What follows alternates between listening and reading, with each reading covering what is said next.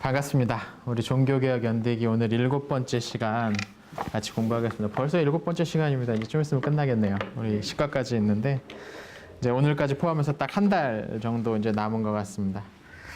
우리 지난 시간에는 칼뱅을 중심으로 한 교회 개혁에 대해서 살펴봤습니다. 그래서 칼뱅을 중심으로 칼뱅의 생애를 좀 살펴보고 칼뱅의 사상, 칼뱅주의 또는 이제 개혁주의라고 부르는 그 사상을 가지고 있는 교회들이 유럽 여기저기서 이제 확산되기 시작했다라는 이야기까지 이제 같이 했었죠.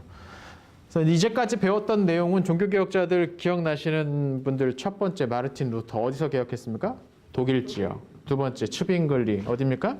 스위스의 취리 등지. 그리고 칼뱅도 역시 스위스의 제네바 등지. 공통점은 다 대륙 안에 있었어요. 근데 오늘은 대륙이 아니라 잉글랜드 섬, 저 바깥에서 일어난 이 일을 좀 같이 한번 살펴보도록 하겠습니다. 네, 잉글랜드입니다. 네, 영국. 오늘 제목이 영국의 개혁인데요. 사실 영국 하면은 이게 이제 이름부터가 좀 정확하게 정의를 내리고 시작을 해야 되죠. 영국 하면은 유나이티드 킹덤입니다. 일단 그죠? 연합 왕국이잖아요. 연합된 왕국. 뭐에 연합된 왕국이냐면 그레이트 브리튼 앤 노던 아일랜드라고 되어 있습니다. 그레이트 브리튼이면 이 브리튼 섬 가리키는 거고요. 노던 아일랜드는 옆에 아일랜드 섬의 북쪽이라는 이야기겠죠. 그래서 이 영국 하면은 사실 저걸 다 가리키는데 뭐 여기 다 가리키는 걸로 이제 아실 수도 있는데 사실 그렇지는 않고 역사적으로 보면 1536년에 아일랜드가 정복이 돼요. 잉글랜드한테. 그게 1536년입니다. 그러면 그렇게 멀지 않죠. 기간상 우리가 지금 생각하고 있는 기간상. 왜냐하면 루터가 그 붙인 게 몇 년입니까? 1517년이잖아요. 그러니까 얼마 한 20년 후쯤이에요. 그죠? 네, 아일랜드가 잉글랜드에 정복이 됩니다. 이 아일랜드 섬 자체가 잉글랜드에 이제 복속이 됩니다. 그리고 스코틀랜드, 이 북쪽에 잉글랜드 북쪽에 있는 이 스코틀랜드가 완전히 이제 잉글랜드와 하나가 된 건 1707년입니다. 이건 한참 후예요. 네, 스코틀랜드랑 잉글랜드가 연합왕국이 됩니다. 이게 연합왕국이 됩니다. 그게 이제 1707년부터예요. 그러니까 그 전까지는 다 다르다는 이야기죠. 다 이제 제각각 이게 정치와 역사와 전통을 가지고 있었다는 이야기죠. 그럼 이 시기에는 이제 우리가 지금 이제 다루기 시작한 그 시기에는 아일랜드도 아직 정복되지 않은 상태고 스코틀랜드도 아직 남아있는 상태예요. 독립적으로 독립된 국가로 남아있는 상태예요. 지금 이제 우리가 다루기 시작하는 1500년 이제 초반부에는 아직 전이라는 거죠.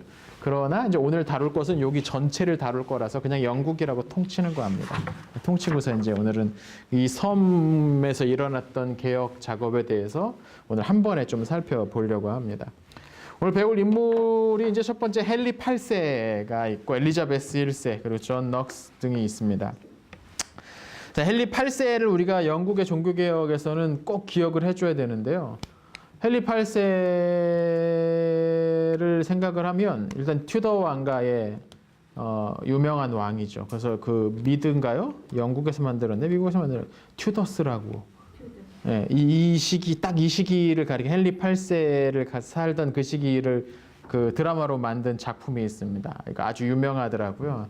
딱 이 지금 제가 설명하려는 이제 오늘 배워야 될 이 얘기가 한 편이 아니에요. 연속 드라마니까 보면 재밌으실 겁니다. 잘 만들었다고 이제 복색 같은 거나 그런 것들이 그때 분위기 아주 잘 고정돼 있다고 그런 얘기. 그리고 오늘 배웠던 시기와 관련해서 또 뭐 영화 같은 게 천일의 앤 뭐 예. 바로 지금 이 시기에 관련된 이야기들이거든요. 그런 것들을 나중에 한번 보시면은 그 분위기라든지 그런 것들을 좀 더 잘 아실 수 있을 겁니다. 자, 이제 헨리 8세와 그리고 엘리자베스, 존 넉스 이야기를 같이 이제 오늘 살펴볼 겁니다. 넘겨보시죠. 38페이지, 교재 38페이지 넘겨보겠습니다. 1509년에 잉글랜드에 헨리 8세가 즉위합니다. 18살 때 왕이 돼요. 젊다기보다는 어린 편에 속하죠. 근데 원래는 헨리 8세가 왕이 될 게 아니었어요. 원래는 헨리 8세가 왕이 될 게 아니었는데 형이 있었는데 형이 죽어버렸어요. 그래서 그 동생이었던 헨리 8세가 왕이 되게 된 거죠. 그런데 헨리 8세가 왕이 되고 나서 첫 번째로 결혼한 여자가 누구냐면 캐서린인데 영국식 발음이 영어식 발음이니까 이제 캐서린이라고 해야겠죠. 오브 아라곤입니다. 아라곤의 캐서린. 아라곤이 어디입니까? 우리가 앞에서 봤죠. 스페인 쪽이죠. 스페인의 북동쪽 영토를 가리키는 게 이제 아라곤이라는 이름이었죠. 이 당시에 스페인은 어떤 시기냐? 우리가 앞서 배웠던 이사벨 여왕하고 페르난도 왕하고 연합왕국을 형성했던 카스티아랑 그 아라곤 연합왕국이 돼서 오늘날 그 스페인의 기초를 냈던 그때였어요. 그 당시에는 그럼 그 두 사람이 뭘 했습니까? 기억나십니까? 워낙에 예전에서 2과였나요? 3과였나 배워가지고 뭐 했습니까? 라콘키스타를 완성해버리고 여기서 한창 그 국력을 신장시키기도 하고 이사벨 여왕 같은 경우는 콜럼부스 또 서쪽으로 보내기도 하고 그러니까 한창 그 힘이 이제 막 올라가고 있을 시기에 스페인 세력이었어요. 그러니까 거기서 데리고 왔으니까 원래는 이 캐서린이 헨리 8세의 형하고 결혼을 했어요. 정략 결혼이겠죠. 이제 잉글랜드 이 당시 튜더 가문 이 당시까지만 해도 잉글랜드는 유럽에 있는 힘센 국가들 뭐 프랑스나 스페인에 비하면 아직 2등 국가 수준밖에 안 됐어요. 국력이라든지 뭐 발전 수준이라든지. 그러니까 이제 그쪽에 이제 공주 데려다가 결혼하면은 우리나라도 조금 뭔가 좀 도움도 되고 될지 않을까. 그러니까 정략 결혼 차원에서 결혼을 했던 거죠. 그런데 그 형이 죽어버리고서 헨리 8세가 왕이 되니까 이제 원래 계획이 틀어져 버린 거잖아요. 갑자기 틀어져 버린 거잖아요. 근데 이 헨리 8세가 이 캐서린을 또 좋아했대요. 예, 좋아했대요. 가지고 이제 둘이 결혼을 하게 된 거죠. 원래 또 결혼 과정에도 말도 많이 있었습니다. 헨리 8세의 아버지가 헨리 7세인데 헨리 7세랑 이 동네 이제 페르난도 그 스페인 아빠 페르난도 왕이랑 사이에서 지창금 문제를 두고서 이제 한참 얘기를 막 설왕설래 왔다 갔다 한 거예요. 이제 지창금을 얼마를 줄 거냐, 뭐 영토를 주든지, 뭐 돈을 주든지. 왜냐면 이 당시에는 그런 게 이제 일반적이니까. 한참 이야기를 하는 동안 이게 협상이 안 돼, 지지부진한 거예요. 이미 지창금을 받았는데 죽어버렸잖아요. 결혼한 지 얼마 안 돼서. 그럼 이건 어떻게 하냐, 이제 돌려줘야 되냐, 아니면은 뭐 동생이랑 제위 계승자 이제 왕위 계승자 동생이랑 결혼시켜 줄 테니까 뭐 얼마를 주냐. 이거 갖고서 한참 이야기가 많이 길어졌어요. 근데 그러는 동안에 저 캐서린이 붕 뜬 거죠, 중간에. 낙동강 오리알 되듯이. 왜냐면 둘이 또 이렇게 뭐 그냥 딱 한 번에 만나가지고 딱, 좋아요. 그러고 합시다. 그렇게 된 게 아니라서 그 캐서린이 나중에 막 집에 편지를 보내는데 부모한테 편지를 보내는데 양식 좀 보내달라고. 내가 여기서 먹을 게 없다고. 이야기를 좀 되게 푸대접을 했던 거예요. 이제 협상이 지지부진하니까 헨리 7세는 안 되면 뭐 말지 뭐 거의 그러니까 들여놨다가 굉장히 이제 푸대접을 한 거죠. 그런데 그 사이에서 이제 그 전 형수인 이 캐서린을 보는 이 헨리 8세, 이 헨리 8세 18살 아닙니까? 한창 이제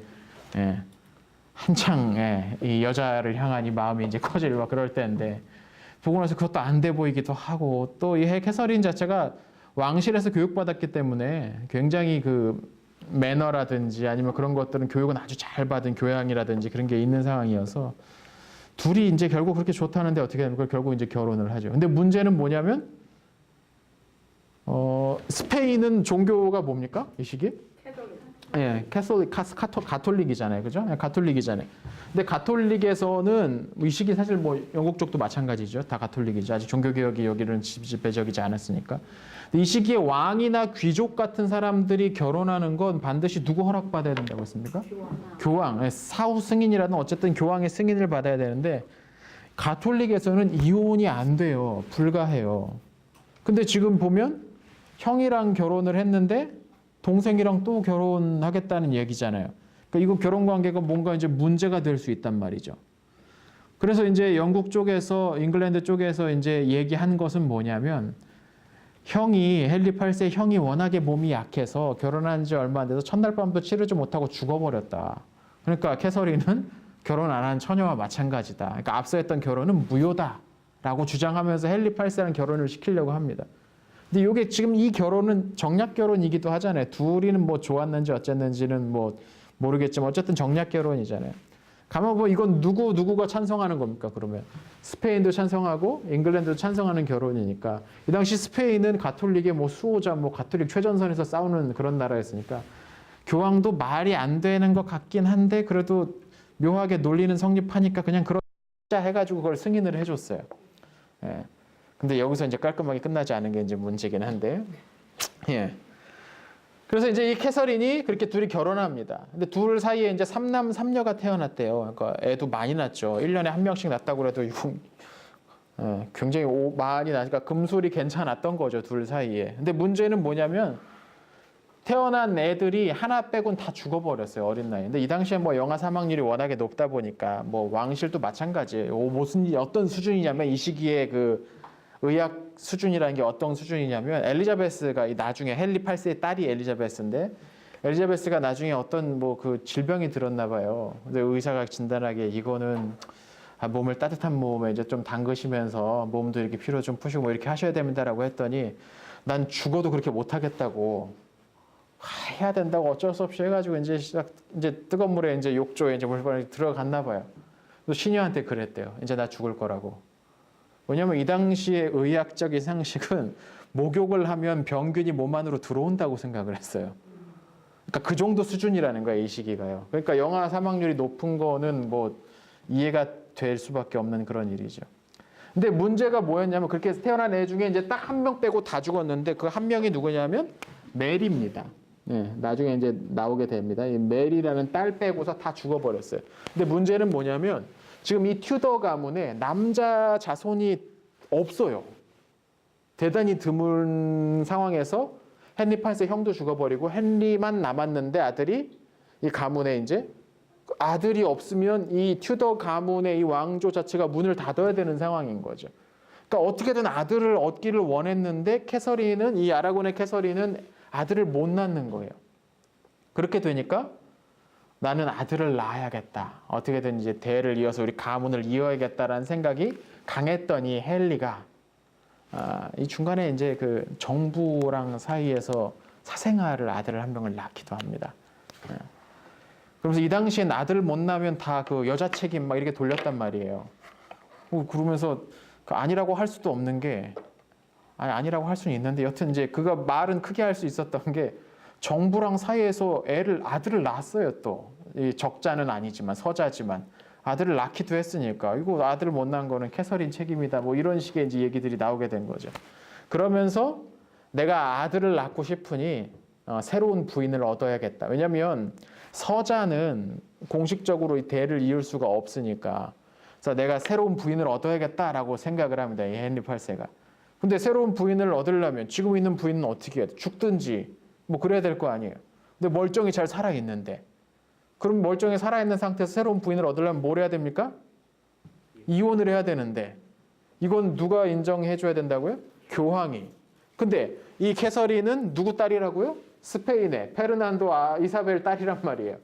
심지어 시간이 이제 좀 지났겠죠. 이제 결혼할 땐 그랬으니까 시간이 좀 지났는데 시간이 좀 지나고 나서 이쪽에서 카를로스 1세가 신성 로마 제국 카를로스 5세가 됐어요. 상황이 시간이 지나면서. 그러면 그 카를로스 5세랑 이 아라곤의 캐서린은 무슨 관계냐면 촌수로 굳이 따지면 고모 조카 정도 관계가 돼요. 황제가 조카예요. 그러니까 교황이 신성 로마 제국 황제 눈치도 보이고 이혼시키면 지금 우리 불쌍한 고모 막 하면서 신성 로마 제국 황제가 이제 승질 낼 거고 뻔하고 스페인의 눈치도 살펴야 되고 교황은 또 그러니까 나는 죽어도 이혼 못 시키겠다라고 이야기를 하죠. 그랬더니 헨리 8세는 하고 싶은 건 해야 됩니다. 그래서 그냥 사실상 내쫓아버려요. 그러면 이때 메리가 이제 같이 있었는데 메리가 어머니가 그런 되게 비참하게 이제 말년을 되게 초라하고 힘들게 보내거든요. 그걸 보면서 되게 그 엄마에 대한 딸과 엄마 사이에 아주 강력한 유대가 이제 생기는데 그게 이제 나중에 또 하나 이제 사건의 시발점이 되기도 합니다. 아무튼 그래서 그럼 누구를 부인으로 삼느냐? 이번에는 앤입니다. 앤 불린이라는 여자였습니다. 앤 불린은 누구였냐면 캐서린의 시녀였어요. 근데 오해하지 마실 것은 왕실의 시녀는 신분이 낮은 사람이 아니라 다 귀족 가문 딸들이에요. 귀족 가문 딸들이 왕비나 뭐 이런 사람들을 이렇게 시종을 들어주는 거예요. 그러니까 그 신분이 낮은 건 아니에요. 앤 불린 역시 귀족 가문의 딸이긴 했는데 여튼 캐서린의 시녀였어요. 캐서린은 아까 성격이 어떻다고 했습니까? 아주 그 왕실에서 그 교육 받으면서 교양 있고 아주 그런 점잖고 아주 그런 거였는데 앤 불린은 성격이 조금 달랐나 봐요. 조금 더 적극적이고 막 신여성 뭐 또 그런 그런 느낌이었어요. 그러니까 이제 그 모습을 또 보니까 또 헨리 8세가 또 마음이 또 확 바뀌네. 이제 자기 부인하고 또 다른 시녀. 네. 시녀니까 또 자주 볼 거 아닙니까? 이제 캐서린 따라다니면서 자주 보기도 하고. 그러면서 둘이 이제 눈이 맞아가지고 결혼을 해버리죠. 당연히 교황은 이걸 반대를 했는데 잉글랜드 쪽에서는 또 그렇게 이야기를 합니다. 아, 성경에도 형의 부인을 동생이 취하면 안 된다고 써 있지 않냐, 레위기에 보면. 예, 근데 이 결혼을 했으니 이거는 처음부터 무효다. 그러니까 우리는 이혼이 아니라 결혼을 안 한 거다. 라는 이유를 댑니다. 뭐 귀에 걸면 귀걸이, 코에 걸면 코걸이. 아까 얘기는 또 다르죠. 예. 하여튼 결혼하겠다면 하는 거예요, 그냥. 그 둘이 이제 결혼을 합니다. 이 둘 사이에 누가 태어나냐면 엘리자베스가 태어나는 거예요. 예. 예. 엘리자베스가 태어나요. 그런데 앤 불린이 아들을 낳아줄 줄 알았는데 시간이 지나도 아들이 안 낳아지네요. 이게 이제 또 문제인 거죠. 어떻게든 지금 헨리 8세는 아들을 낳아서 이 가문을 이어야겠다고 생각을 하고 친척도 없어요. 이 가문이 아들이 되게 귀한 가문이었어요. 손이 귀한. 그래서 친척도 없고 뭐 어떻게 할 수가 없는 거죠. 그래서 앤 불린의 시녀였던 제인 시모어라는 세 번째 부인을 맞습니다. 앤 불린은 어떻게 되냐? 처형됩니다. 나는 이혼 못해. 앤 불린은 성격상 그렇게 할 것 같잖아요. 그렇죠? 캐서린도 이혼 안 하겠다고 하긴 했는데 캐서린 또 배운 게 있으니까 교양 있는 여성이니까 이제 그냥 고립돼가지고 유폐돼서 그런 식으로 이제 그냥 살다가 가는데 앤 불린은 대들고 막 따지고 막 공격하고 그러니까 죽여버립니다. 엘리자베스가 그걸 또 옆에서 다 봤겠죠. 근데 엘리자베스는 나중에 다시 얘기하겠지만 정치가입니다. 이 여성은 정치가라서 그걸 다 참을 줄 알아야 정치를 하는 거잖아요. 나중에 다시 좀 이야기를 할 텐데. 그래서 제인 시모어가 왕이 됩니다. 아니, 왕비가 이제 새로운 왕비가 돼요. 앤 불린의 시녀였죠. 이 사이에서 누가 태어나냐면 에드워드가 태어납니다.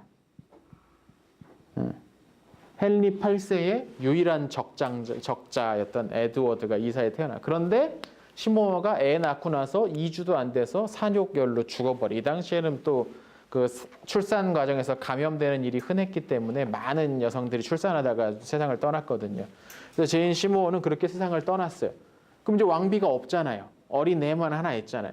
그러면 신하들이 어서 결혼하셔가지고 더 많은 자손을 보셔야 된다고 옆에서 막 이야기하지 않겠습니까? 그죠?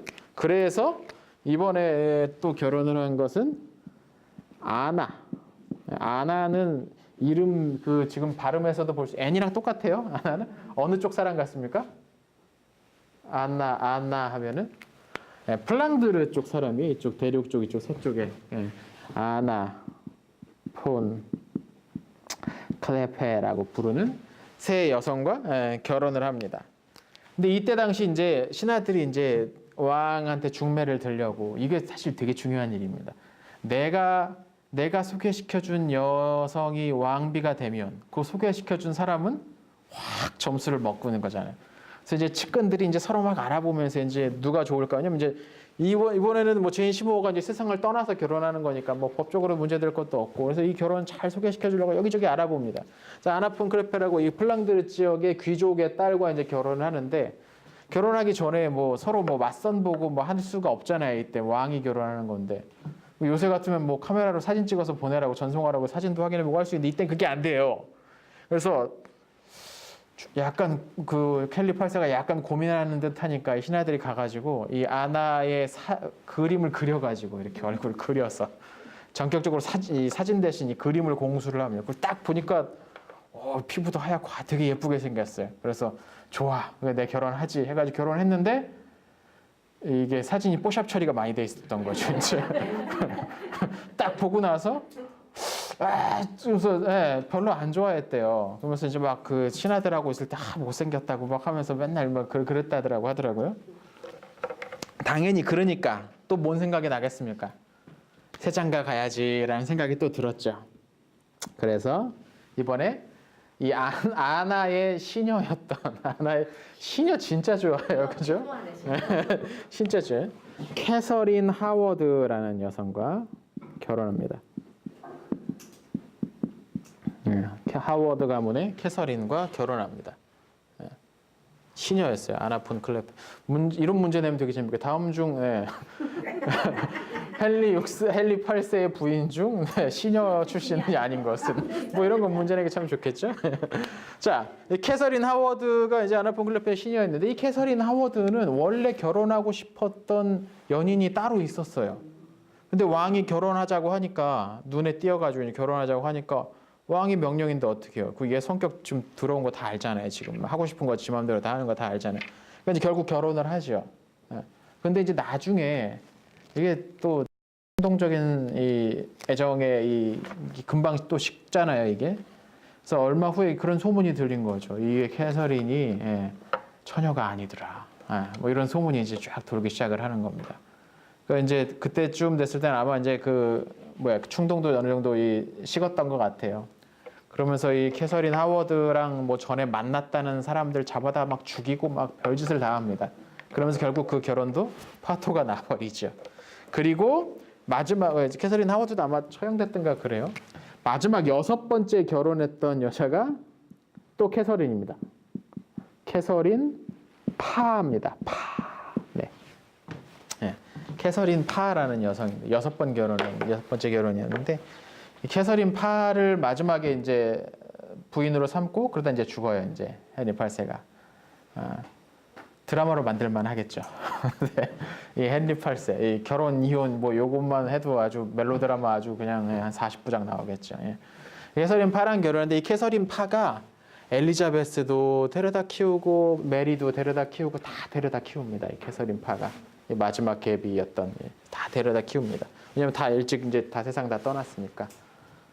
근데 이제 여기서 이 파가 헨리 8세가 죽고 캐서린 파만 남았는데 캐서린 파가 연인이 생겨요. 우리나라로 치면 조금 이해가 잘 안 되죠. 이제 왕 죽고 나면 이제 대비마마하면서 궁전에 혼자 살아야 될 것 같은데 헨리 8세가 죽은 다음에 캐서린 파가 이제 애인이 생겨요. 이제 새로 결혼하려고. 왜냐면 이동훈 씨 뭐 그런 결혼은 뭐 되게 흔했어요. 유럽 쪽에서는 다 정략 결혼이다 보니까. 근데 아무튼 이게 애인이 생겼는데 이 애인이었던 이 귀족이 그래서 파네 집에 와가지고 파가 없는 사이에 엘리자베스한테 입을 맞추고 있네. 요걸 파가 딱 발견을 해요. 발각을 해. 그래서 아마 그 남자도 아마 이 엘리자베스가 지금 왕위 계승 서열 3위입니다. 1위는 죽은 다음에 이제 에드워드가 왕이 돼야 남자니까 왕이 되겠죠. 그 다음 서열은 메리, 그 다음 엘리자베스거든요. 그러니까 아마 뭔가 좀 정치적인 생각이 좀 있어서 이제 접근을 했던 게 아닌가 싶어요. 근데 파가 그 모습을 보고 나서 엘리자베스한테 네가 우리 집에 있으면 안 되겠다. 그래서 아예 뭐 쌀쌀맞게 쫓아낸 건 아니고 분리시킵니다. 그래, 분리시킨. 아무튼 그 전까지는 아무튼 이 파 밑에서 이제 다 잘 자랐죠. 자, 상황이 일단 이렇다는 거 일단 이건 먼저 설명을 좀 해드리고 이제 넘어갈게요. 다시 돌아옵니다. 그래서 캐서린과 그러니까 아라곤의 캐서린과 이혼하고 앤 불린과 결혼하려는 그 이야기로 다시 돌아올게요. 결혼하려고 하는데 교황이 이걸 계속 반대하는 거예요. 아까 말씀드렸죠. 신성 로마 제국 눈치도 보고 스페인 눈치도 보이니까 이걸 허락을 못 해주겠다는 거죠. 근데 헨리는 난 이건 무조건 결혼해야겠어 라고 생각이 듭니다. 그래서 전격적으로 그럼 나 이제 교황만 안 들을 거임 하고서 귀를 막아버립니다. 교황 말 안 들을 거임. 교황청과의 관계를 끊어버려요. 그러면서 이 잉글랜드 자체의 교회를 세우기로 합니다. 그러니까 정치적으로 교황의 직속 아래 있지 않은 자체 교회를 세우기로 한 거죠. 그게 바로 잉글랜드, 영국 국교회라고 부르죠. 영국 국교. 이것도 용어가 좀 그래요. 이때는 영국이란 나라가 없었긴 했는데 우리가 이제 이름을 아까 첫 시간에 제가 처음 부분에 설명했듯이 뭐 어쩔 수 없습니다. 그냥 영국 국교회가 성립됩니다. 이 국교회는 국가교회란 얘기죠. 영국 국가교회입니다. 국교회가 나중에 이제 성공회로 되는 거죠. 오늘날에 이제 성공회라고 부르는 데가 성공회는 성공하는 교회가 아니고 성공회, 거룩한 공회라는 얘기입니다. 거룩한 하나의 교회 뭐 이런 얘기입니다. 영국 국교회가 이제 이때 이제 성립이 된 겁니다. 앤 불린하고 결혼하겠다고. 그 교황이 허락 안 해주니까 그럼 나 이제 교황하고 관계 없어 우리 교회는 그렇게 해버린 거죠. 그러면서 이 분리 단절을 하면서 몇 가지 법률을 통과시키는데 가장 중요한 게 수장령입니다. 수장령. 수장령이 뭐겠어요? 수장이 뭡니까?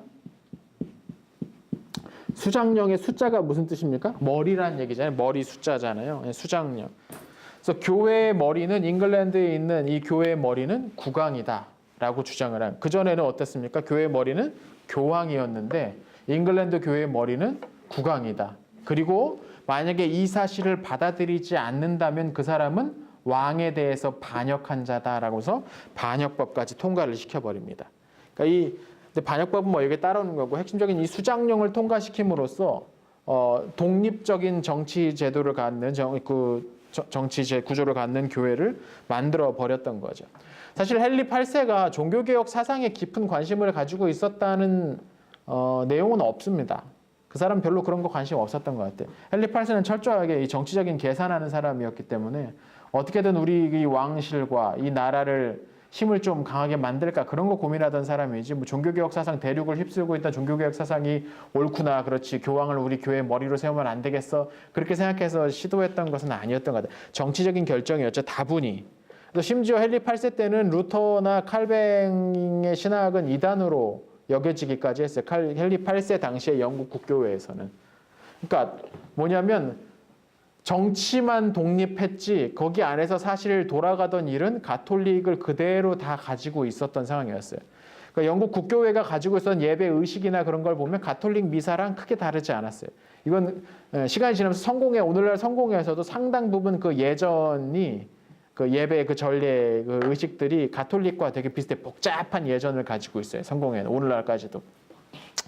그런데 그건 그거고 왕의 생각은 그거였지만 일단 교황으로부터 관계를 끊어내고 독립적인 교회를 세우니까 이 안에도 이 잉글랜드 안에도 종교개혁 사상에 깊이 감화를 받은 사람들이 이미 많이 들어와 있었다는 거죠.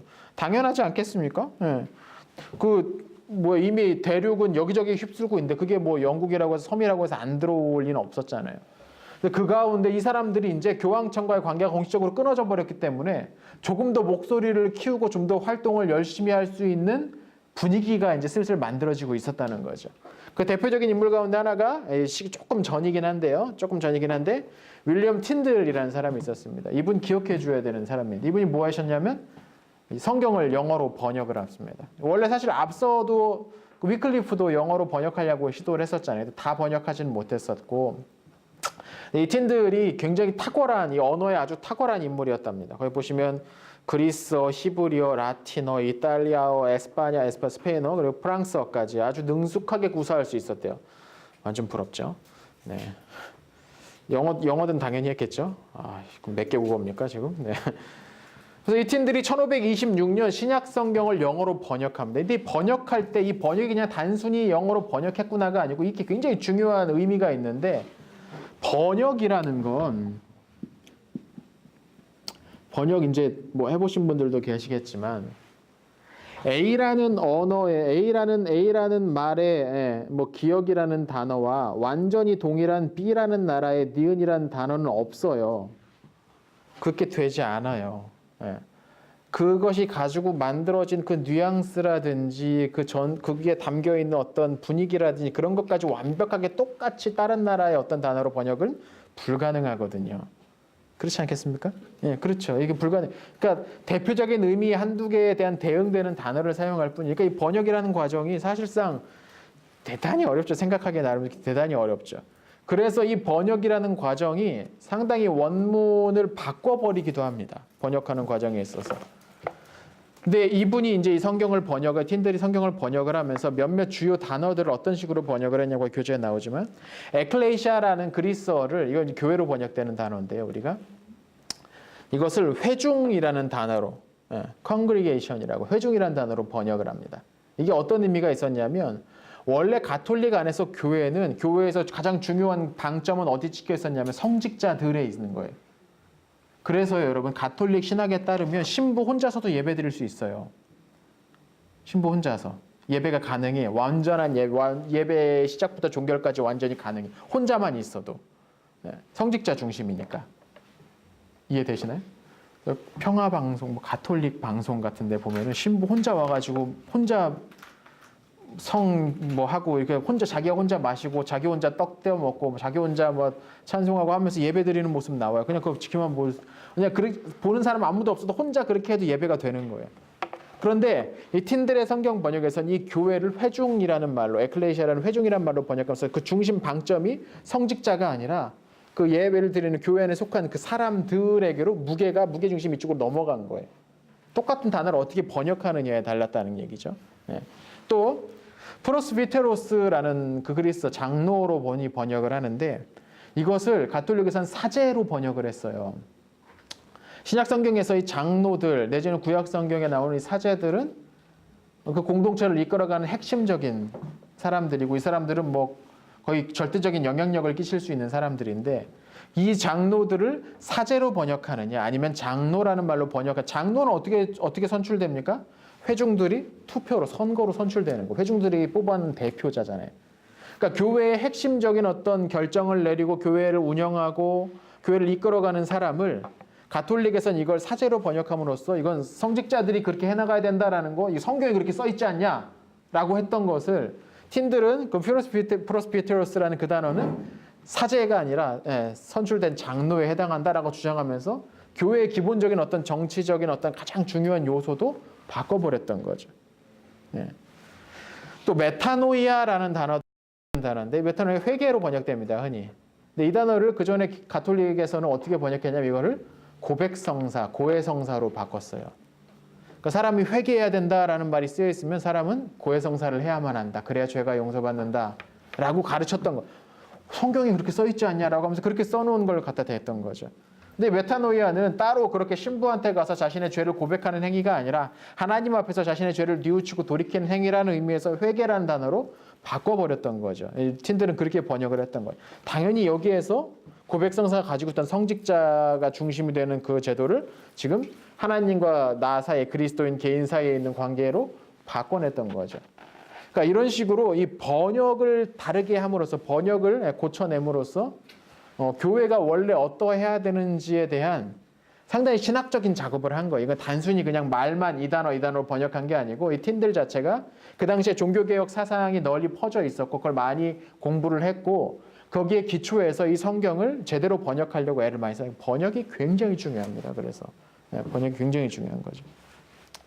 그러나 이런 여러 가지 제도들을 가만히 보면 그 내용을 가만히 보십시오. 어떻습니까? 교회 내에서 누구의 영향력이 강해지는 거예요? 그러면 이렇게 되면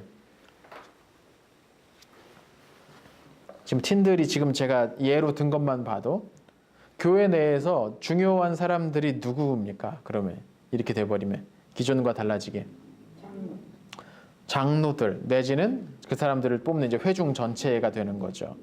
교회를 어떻게 이끌어갈지는 위에서 누가 내려와서 정하는 게 아니고 자체적으로 회의도 하고 선출도 하고 그렇게 정하는 거다.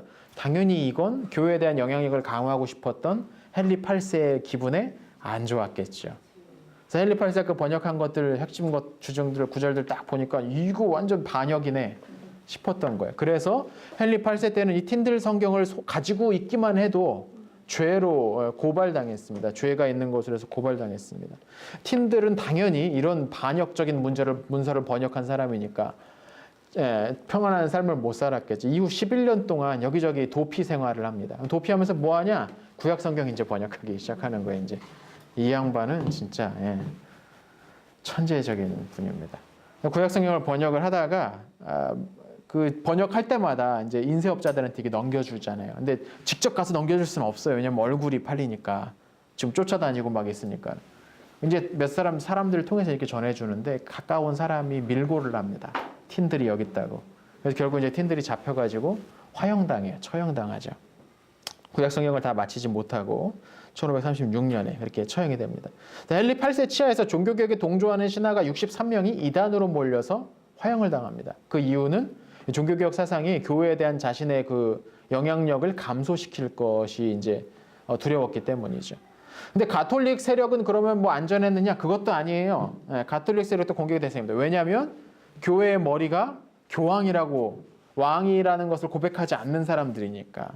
그래서 이 수장령에 반대했기 때문에 이 가톨릭에 속했던 사람들은 많이 죽는데 그 대표적인 인물이 토마스 모어입니다. 토마스 모어 하면은 이름은 들어보셨죠, 그죠?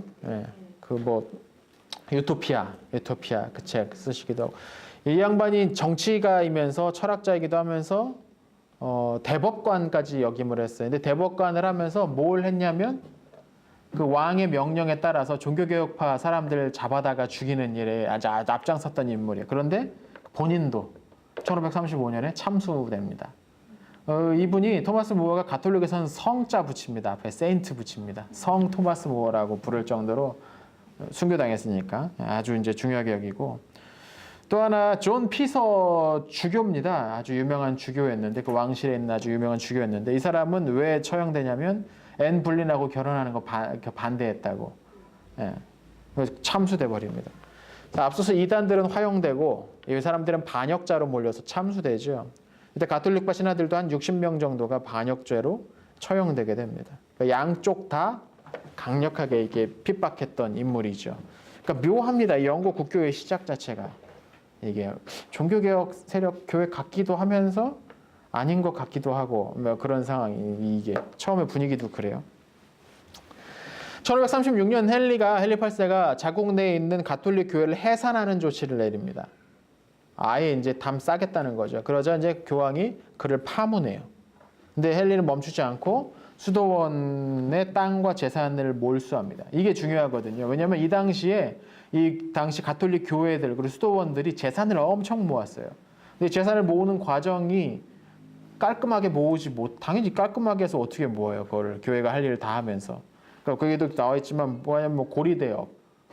그러니까 이제 뭐 추수기가 되면 받기로 하고서 앞서서 이제 뭐 곡식도 빌려주는데 나중에 이자를 막 이따만큼 몇 배로 쳐받는, 예, 그런 일도 벌이고, 뭐 도박장을 운영하기도 하고, 그 주변에서 이제 농사짓는 빈민들을 수탈하기도 하고, 이거 내라고 모르는데 뭐 이 당시에 뭐 법치주의가 딱 도는 동네가 아니니까 힘 있는 사람들이 가가지고 내놓으라고, 이거 세금 가져가야 되는데 교회에다 내야 돼. 그렇게 하다 보니까 원성이 대단히 심했다는 거죠. 이 교회나 수도원들이. 근데 헨리 8세가 전격적으로 막 압수하고 해산해 막 해버리니까는 백성들은 일시적으로 그것도 좋아도 했다고 하네요. 예. 그래서 그렇게 헨리 8세 때에 로마와의 관계를 단절해버리고 독립적인 교회를 세우는 것이 시작이 됩니다. 그리고 나서 헨리 8세 이후에 조금 더 이 과정이 속도를 좀 더 내기 시작합니다. 1547년에 헨리 8세가 죽었습니다. 그러면 헨리 8세는 왕 노릇을 몇 년을 한 겁니까? 38년을 한 거예요. 38년을. 굉장히 오래 했죠. 40년 가까이 이제 왕 노릇을 했으니까. 죽고 나서 에드워드 6세가 10살의 나이로 왕위에 오릅니다. 아까도 말씀드렸죠. 그 엄마가 누구라고요? 제인 시모어라는, 앤 불린의 시녀 출신의 제인 시모어였습니다. 그래서 10살의 나이로 즉위를 합니다. 그래서 이제 그가 즉위하고 나서 1549년에, 그러니까 이거는 사실 뭐 10살짜리가 이제 12살 됐으니까 자기가 뭐 통치를 한 건 아닐 거고, 주변에 있는 신하들의 이제 그것을 받아가지고 이야기를 한 거겠죠. 또 시작했던 거겠죠. 그래서 공동기도서라는 것을 만들어냅니다. 공동기도서. 공동기도서가 뭐냐면 기도문들이 쭉 실려 있고 예배 의식이나 그런 것들을 쭉 써 있는 그런 책이에요. 그래서 성공회에서는 오늘날도 그 기도서, 공동기도서 이거를 예배 때 이제 많이들 사용하죠. 가톨릭에서 마찬가지야. 가톨릭에서 자체의 기도서가 있어요. 근데 개신교에서는 기도서 사용 잘이 아니라 거의 안 하죠. 우리가 알고 있는 기도문은 주기도문밖에 없잖아요. 그렇죠? 네, 기도서를 사용을 안 합니다. 근데 기도서를 사용한다고 해서 문제가 될 건 전혀 없습니다. 왜냐하면 대표기도 하실 때 다들 어떻게 하십니까? 기도문 써서 하시잖아요. 그게 기도문이죠, 하나에. 기도문 여러 개 모아놓은 게 기도서잖아요. 이 기도서는 그 교리가 가지고 있는, 그것이 교회가 가지고 있는 핵심적인 교리를 잘 담아내는 기도문을 잘 작성을 해서 그것을 사용을 하는 거예요. 그래서 가톨릭 예배에서는 무슨 어떤 때 무슨 하는 기도문, 무슨 기도문, 뭐 그런 것들이 많이 있잖아요. 그런 것들이거든요. 그래서 기도서도 잘 사용하면 뭐 신앙생활을 더 깊게 하는데 아주 많은 도움을 줄 수가 있습니다. 근데 개신교에서는 일부에서는 그렇게들 생각을 하시는 것 같아요. 내 생각과 내 말로 기도하지 않으면 마치 기도를 제대로 한 게 아닌 것처럼. 물론 기도서 사용한다고 해서 그냥 줄줄줄 읽고서 끝내면 안 되죠. 거기 있는 문장의 의미들을 깊이 생각하면서 그 기도서를 가지고, 기도문을 가지고 기도를 하면은 문제가 없는데, 그렇게 안 하니까 이제 우리 주기도문 다 그렇게 하잖아요. 하늘에 계신 우리 아버지를 그렇게 가지고 뭐 하나 문장 생각하면서 안 하잖아요. 그게 문제인 건데, 근데 자기 말, 자기가 직접 기도를 만들어야만 기도라고 생각하면 이거 좀 우스운 얘기입니다. 우리가 일상생활에서 그렇게 안 하는 거 얼마나 많습니까? 이 옷, 우리가 다 만들어 입는 거 아니잖아요. 내 손으로 만들지 않았으니까 나는 그 옷을 절대 입고 다닐 수 없어. 그렇게 말하는 사람 아무도 없거든요. 마찬가지인데, 그래서 이 기도서가 풍부한 좀 다양한 신학적인 어떤 신학의 여러 요소들을 기억하게 해주고 그것을 붙들고 하나님께 나아갈 수 있게 하는 좋은 점이 많이 있는데 여튼 우리 쪽에서는 이걸 잘 사용 안 하는 것 같아. 그러다 보니까 기도가 맨날 하는 것만 하고 맨날 하는 식으로 하고 신학적인 깊이가 되게 낮아지게 돼요. 이 기도가 상당히 중요하다 그렇게 얘기를 하는데 솔직히 얘기하면 아무리 기도해도 안 깊어지잖아요. 그죠? 왜냐면 그것을 점점 깊게 만들려면 우리가 그만큼 딴 걸 뭐 점점 더 많이 쌓아가면서 그 기도를 깊이 해가는 과정이 필요한데 그냥 앉아가지고 눈만 감고 있다고 해서 기도가 깊이 되는 건 아니잖아요. 그잖아요? 그러니까 그 기도를 깊이 나가게 하기 위해서 상당히 도움이 될 수 있는 한 가지 방법인데 너무 일찌감치 그걸 내다 버린 감이 좀 조금 아쉬운 부분이 있습니다. 그 부분에 있어서. 여튼, 네. 그래서 이제 공동 기도서라는 걸 만들었다는 건 뭐냐면, 이제 그 그러니까 영국 국교회가 가톨릭과는 완전히 독립적인 자체의 예배 의식과 예배 순서와 신학을 어느 정도 정리해 냈다는 이야기예요. 공동 기도서가 만들어졌다는 얘기는. 그러니까 에드워드 6세 때에 그게 이제 한 걸음 더 저쪽으로 가게 된 거죠. 그러니까 로마에서 떠나서 저쪽으로 가게 된 거죠.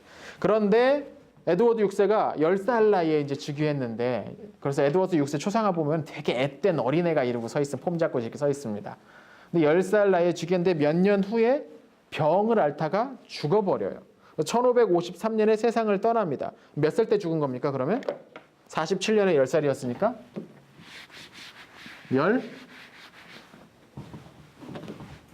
네. 몇 살에 죽었습니까? 그러면 6년 지났잖아요. 16살 때 이제 죽은 거죠. 그러니까 굉장히 어린 나이에 이제 죽어버렸어요. 그리고 나니까 이제 다음 왕위 계승권이 16살에 죽었으니까 아들을 낳았어요. 아까도 말씀드렸죠. 이 튜더 가문 자체가 남자 손이 대단히 귀해요. 그래서 한참을 고민하다가 신하들이 다음 왕위 계승권, 그 다음 왕위 계승권자인 메리가 우리의 왕이 돼야겠다. 그래서 이 메리가 여왕의 자리에 오면 잉글랜드 여왕이 됩니다. 이 메리가. 근데 아까도 말씀드렸죠. 이 메리는 엄마가 누구라고요? 아라고네 캐서린. 아라고네 캐서린은 이 동네는 종교가 뭐라고요? 가톨릭. 영국은 지금 뭐가 됐습니까? 영국 국교회가 됐어요. 근데 왕은 가톨릭이에요. 나라는 영국 국교회고 앞서 자기 아버지가 통과시킨 법률에 따르면 잉글랜드 영국의 왕은 영국 교회의 머리가 되어야 돼요. 이 메리는 이것을 당연히 받아들이지 않겠죠. 자기는 순수한 가톨릭의 신자라고 믿고 있었기 때문에 또 어머니도 그렇고 또 보면 아버지한테 그렇게 호감도 없어요. 그냥 아버지가 자기 어머니 비참하게 죽게 만들었다고 그 내심 그 아버지에 대한 반감도 있고 그런 상태에서 메리가 왕이 되니까 전격적으로 우리나라는 가톨릭으로 돌아간다라고 선언해 버립니다. 당연히 이건 정치적으로 매우 격렬한 논쟁을 만들어냈겠죠. 논쟁만이 아니라 실질적인 싸움도 일어납니다. 그래서 안 된다. 앞서 통과시킨 법률도 있는데 우리나라가 가톨릭으로 돌아가게 하는 거 말도 안 된다 하는 신하들과 싸움이 벌어집니다. 그래서 이때 영국 국교회 성직자들이 여러 사형에 처해집니다. 300여 명이 세상을 떠나게 되죠. 그러면서 이 메리의 별명이 블러디 메리, 피의 메리라는 이름이 붙게 돼요. 왜냐하면 영국 국교회파 사람들을 가차없이 죽였다고. 근데 가만 보면 헨리가 40여 년 동안 죽였던 사람이 이제 뭐 가톨릭이나 개신교란 이유로 죽였던 사람 120명 정도인데 메리는 왕 되자마자 300명을 날려버린 거예요.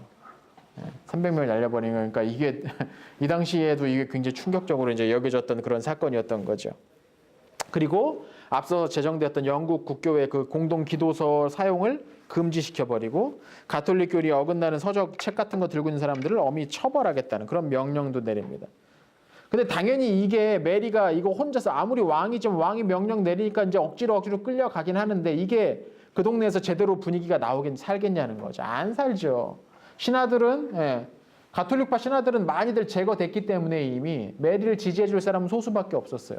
그러다 보니까 이 메리가 자기를 지지해 줄 수 있는 어떤 정치적인 어떤 백이 좀 필요했는데 이때 스페인의 펠리페 2세랑 결혼합니다. 펠리페 2세랑 결혼합니다. 펠리페 2세가 누구냐면 신성 로마 제국 카를 5세의 아들이에요. 그의 뒤를 이어서 스페인의 왕이 되는 인물입니다. 카를 5세가 이제 말년에 이제 지금 종교개혁이 하도 이제 싸움이 많이 일어나니까 제가 앞서도 한번 말씀드렸는데 지긋지긋하다 하면서 은퇴해요. 그냥 살아있는데 죽어서 끝난 게 아니고 수도원으로 은퇴해버려요. 신성로마 제국의 그 왕위는 자기 동생에게 물려주고 신성로마 제국 황제자리는 동생에게 주고 스페인 왕위는 아들에게 물려주고 그냥 자기는 은퇴해버려요. 예. 근데 그 펠리페 2세였어요. 이 펠리페 2세. 예. 근데 이 펠리페 2세랑 메리랑 전격적으로 결혼을 한 거죠. 펠리페 2세는 가톨릭의 수호자, 스페인이니까. 둘이 결혼하면은 이게 굉장히 좋을 거라고 생각을 했던 거. 펠리페 2세로서도 자기가 메리를 얻게 되면 잉글랜드 이 땅도 나중에 자기 땅 될 수 있겠다라는 생각이 있었겠죠. 영국 저 땅도. 그러니까 대단히 이제 서로의 어떤 필요에 의해서 이제 결혼을 했어요. 그러나 둘 사이에 아들이 태어나지 못합니다. 아이가 전혀 없어요. 아이가 낳으면 이 아이가 낳았다면 유럽의 역사가 사뭇 달라졌을 거예요. 그 아이는 잉글랜드와 스페인의 왕위 계승 서열 1위가 되는 거예요. 서열권 1위가 되는 거예요.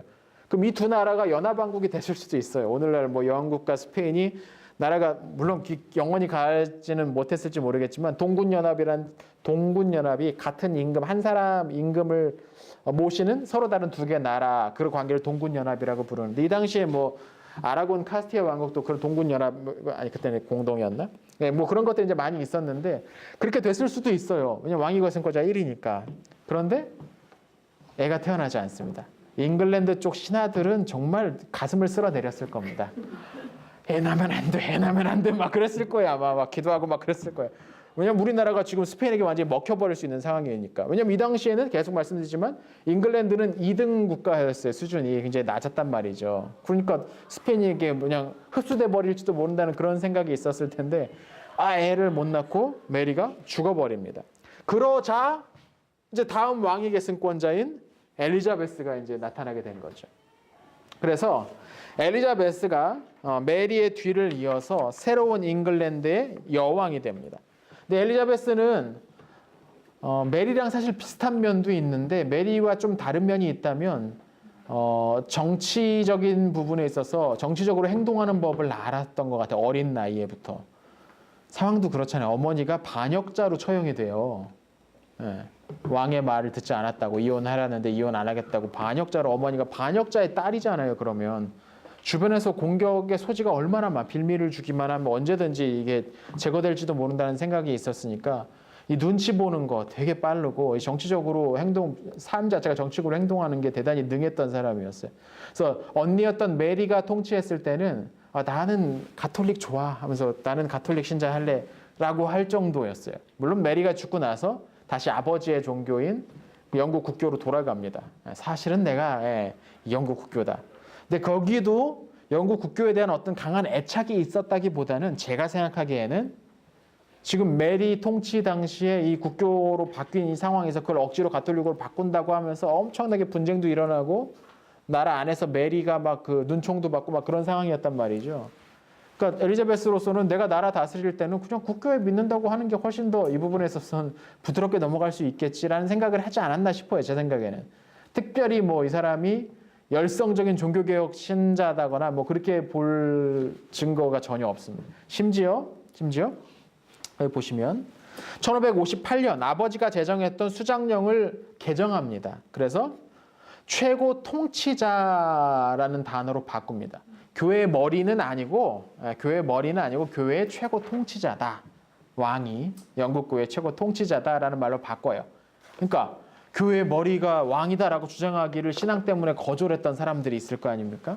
그 사람들에게도 머리는 아니고 교회에 대해서 뭐 지위도 있고 하니까 최고로 이제 강력한 어떤 결정을 내릴 수 있는 그런 자리에 있는 사람이야라고 이야기하니까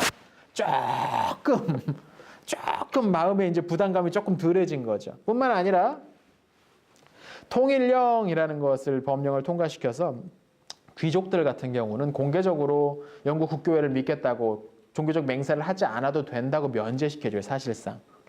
다만 왕에게 반대하지 말아라. 그러니까 왕에게 반역은 하지 말아라.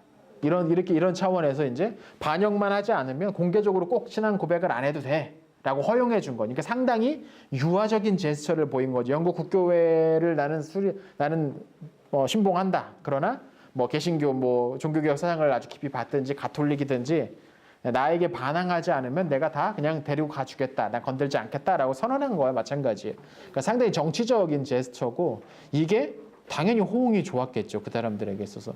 내가 종교는 내가 좀 그런데 왕에 대한 충성은 내가 바칠 수 있는데 이런 사람들이 있을 거 아니에요.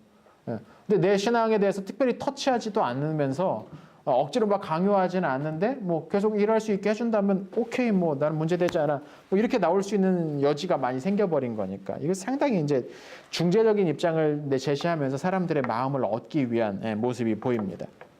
그런데 시간이 지나면서 엘리자베스가 아무튼 국교회의 수장이잖아요. 국교회의 최고 통치자가 되잖아요. 그리고 영국 교회는 로마와는 관계가 회복될 줄 저러다 말겠지 싶었는데 시간이 지나도 전혀 돌아올 기색이 없이 계속 자기 갈 길을 가는 모습을 보이니까 또 이때 또 스페인과 관계도 조금 안 좋아지는 면도 있어요. 이때. 그러다 보니까 스페인이 뒤를 막 움직였는지 어쨌는지 교황이 전격적으로 엘리자베스를 파문합니다. 그리고 이 당시에 펠리페 2세가 잉글랜드를 공격하려는 움직임이고 이 펠리페 2세도 이 엘리자베스한테 청원을 몇 번을 넣었어요. 예, 어떻게든 그러니까 펠리페 2세는 그 영국 쪽 그 땅을 이제 자기 걸로 만들어 보려고 이제 청원도 여러 번 넣는데 엘리자베스가 죽을 때까지 공식적으로 결혼을 안 하잖아요. 예. 엘리자베스가 태도가 어떠냐면 청원이 들어오면 아 감사하죠 이렇게 좋은 기회가 있고 막 하면서 너무 좋죠. 근데 이제 조금 이제 챙겨봐야 될 것들이 있으니까 조금만 기다려보죠. 한번 좀 더 살펴보자고. 이렇게 받아온 청원들이 막 유럽 전역에 막 깔려 있습니다. 예. 그러니까 이거 대단히 정치적인 제스처예요. 이게 감사하다고 좋다고 그렇죠 아주 좋죠. 근데 상황이 이러니까 조금 이 상황을 좀 더 보자고 이런 식의 얘기. 그러니까 계속 이 밀당을 해요. 이게 밀당이 정치지 이게 그렇죠. 정치적인 일이라며. 그 펠리페 2세가 처음에는 이제 결혼을 통해서 뭔가 좀 그 땅을 내 영토로 만들어 볼 수 있겠다라는 소망이 생겼는데 시간이 지나도 답도 없고 뭐 하는 것들 보면 전혀 뭐 그런 상관없이 가다 보니까 나중에 이제 공격하려는 움직임까지 보여요. 그래서 펠리페 2세랑 엘리자베스 시절에 실제로 양군이 해군이 한바탕 붙죠. 예. 그러다가 스페인의 무적 함대가 깨져버리면서 이제 영국이 바다로 쫙 나가는 뭐 드레이크 뭐 얘기 나와 한참 긴데 뭐 그 얘기는 지금 여기 우리는 교회 중심으로 갈 거니까.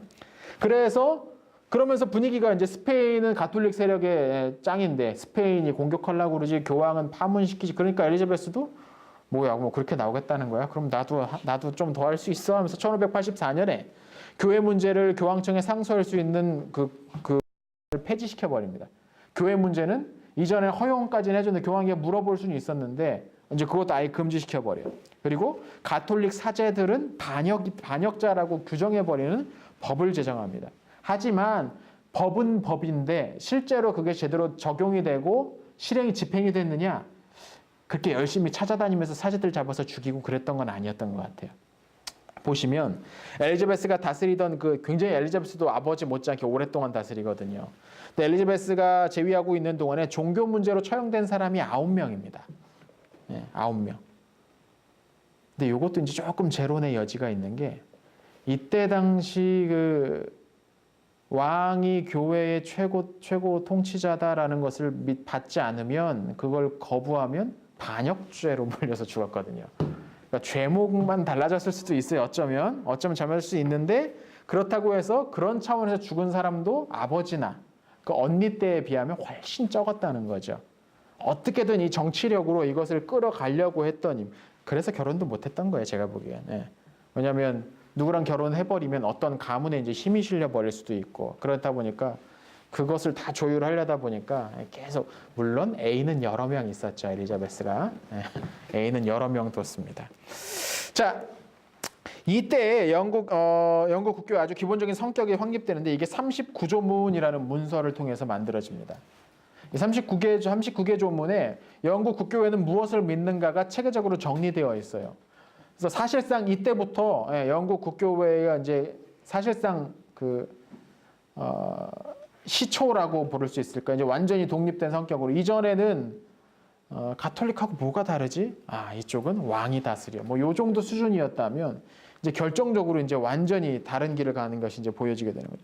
여기서 이제 잠깐 하나 또 설명을 좀 하고 넘어가야 될 것이 잉글랜드와 스코틀랜드의 왕위 계승 순서입니다. 요거가 교재에도 좀 나오지만 자, 이 시기에 잉글랜드랑 스코틀랜드는 서로 다른 나라였습니다. 잉글랜드와 스코틀랜드가 서로 다른 나라고 둘이 관계도 별로 안 좋았어요. 예. 근데 잉글랜드의 헨리 7세가 헨리 7세가 아들인 헨리 8세에게 나라를 물려주죠. 헨리 8세. 근데 여기에 그 딸이 하나가 있었는데 거기 나오죠. 마거릿 튜더라는 마거릿. 마거릿 튜더. 마거릿 튜더는 이제 가문 이름이죠. 마거릿이라는 딸을 누구랑 결혼시키냐면 스코틀랜드에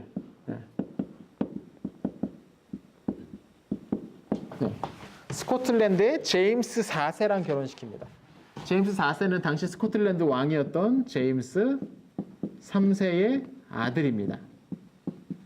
제임스 4세. 이 동네는 다 제임스예요. 네, 참 감사하죠. 네. 제임스 4세랑 결혼식이니까 둘과 양쪽이 정략 결혼을 한 거죠. 우리 서로 싸우지 말고 좀 같이 좀 잘해봅시다 하면서 헨리 7세랑 제임스 3세 사이에 이제 정략 결혼 자기 아들 딸도 결혼시키기로 한 거예요. 그래서 제임스 4세가 제임스 5세를 낳고 5세를 낳고 제임스 5세가 이거 얘기는 좀 해야겠네요. 네, 이 사이에서 태어난 겁니다. 이 사이에서 제임스 5세가 태어나고 제임스 5세가 누구랑 결혼하냐면 기즈 가문의 여자와 결혼을 해요. 기즈는 프랑스 쪽에 프랑스의 아주 유력한 귀족 가문이었어요.